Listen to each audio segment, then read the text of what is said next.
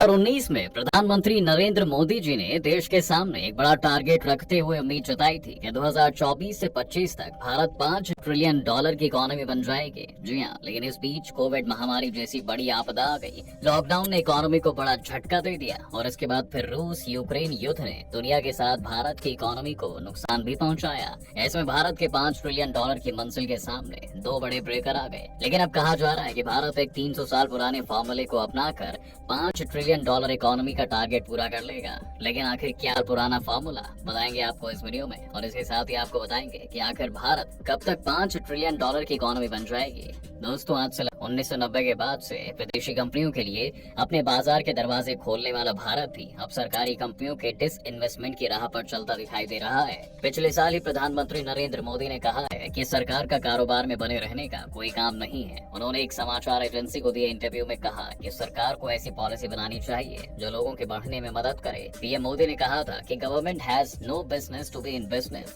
सरकार का काम है गरीबों के लिए भोजन के बारे में सोचना, उनके लिए घर और शौचालय बनवाना, उन्हें पीने का साफ पानी दिलाना, उन्हें स्वास्थ्य सुविधाएं उपलब्ध कराना, सड़कें बनाना, छोटे किसानों के बारे में सोचना। उन्होंने इसी इंटरव्यू में एडम स्मिथ का जिक्र करते हुए कहा था कि वे जब देश में लिमिटेड गवर्नमेंट की बात करते हैं तो वे जनता के लिए ऐसे बेसिक फ्रेमवर्क को मुहैया कराने पर जोर देते हैं।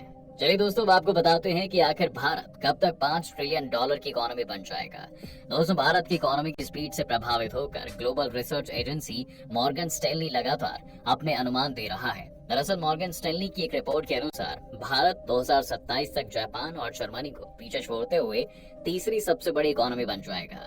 $5 ट्रिलियन की इकोनॉमी का मतलब है 350 लाख करोड़ रुपए की इकोनॉमी। जी हाँ, जो देश का सपना भी है।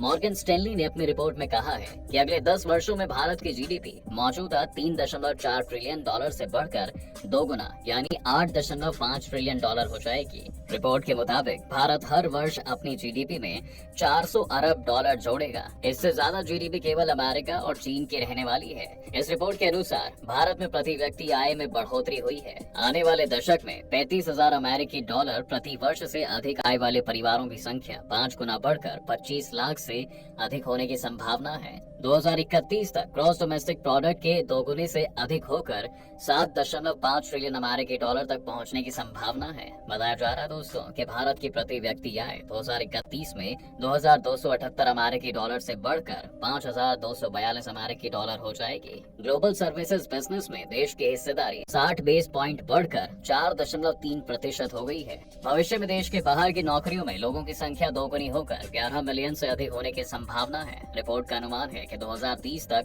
आउटसोर्सिंग पर ग्लोबल स्पेंडिंग प्रति वर्ष 180 से बढ़कर लगभग $500 बिलियन हो सकती है। इस रिपोर्ट में भारत के आधार सिस्टम की सफलता के बारे में भी जिक्र किया गया है। इसमें कहा गया है कि यह सभी भारतीयों के लिए एक मेन आईडी की तरह है। जी हाँ, अब इसके जरिए लेन देन भी किए जाने लगे हैं। 1.3 अरब लोगों के पास डिजिटल आईडी होने के कारण फाइनेंशियल ट्रांजैक्शंस आसान और सस्ता हो गया है। इसके साथ ही कहा गया है कि आधार ने सोशल स्कीम्स के जरिए मिलने वाले बेनिफिट्स को आसान बनाया है। मॉर्गन स्टैनली की रिपोर्ट के मुताबिक जीएसटी यानी गुड्स एंड सर्विसेज टैक्स के लागू होने से डोमेस्टिक मार्केट के यूनिफिकेशन में मदद मिली है। साथ ही कॉर्पोरेट टैक्स में कटौती के साथ देश में अलग अलग सेक्टर्स में इन्वेस्टमेंट को बढ़ावा देने के लिए प्रोडक्शन लिंक्ड इंसेंटिव का भी फायदा मिल रहा है। सर्विसेज एक्सपोर्ट में भारत की हिस्सेदारी पहले से ही ज्यादा है और महामारी के दौरान इसमें बढ़ोतरी देखने को मिली है। इसके साथ इस रिपोर्ट में कई अन्य पैरामीटर्स के बारे में भी जिक्र किया गया है। रिपोर्ट का अनुमान है कि 2031 तक भारत के ग्रॉस डोमेस्टिक प्रोडक्ट में मैन्युफैक्चरिंग सेक्टर का हिस्सा बढ़कर 21% हो जाएगा। वहीं ग्लोबल एक्सपोर्ट मार्केट में भारत की हिस्सेदारी 2031 तक 4.5% से अधिक होने की उम्मीद है। इससे $1.2 ट्रिलियन के बराबर एक्सपोर्ट के अवसर पैदा होंगे। जी हाँ, अगले दशक में भारत का सर्विस एक्सपोर्ट भी लगभग 3 गुना होकर 527 बिलियन अमेरिकी डॉलर हो जाएगा, जो कि 2021 तक 178 बिलियन अमेरिकी डॉलर है। 2031 तक ई कॉमर्स की पहुंच 6.5% से लगभग दोगुनी होकर 12.3% हो जाएगी। इसके साथ ही भारत में इंटरनेट यूजर्स की संख्या 650 मिलियन से बढ़कर 960 मिलियन हो जाएगी। अगले 10 वर्षों में ऑनलाइन खरीदार 250 मिलियन से बढ़कर 700 मिलियन हो जाएंगे। दुनिया भर में 2030 तक जितनी कारों की बिक्री होगी, उनमें से 25% बिक्री भारत में होगी। जी हाँ दोस्तों, फिलहाल उम्मीद करते हैं आपको इस वीडियो में कई नई जानकारी मिली होगी। कैसा लगा आपको ये वीडियो? अपनी राय हमें कमेंट बॉक्स में जरूर दें। वीडियो को लाइक कीजिए और हमारे चैनल को सब्सक्राइब भी जरूर कीजिए।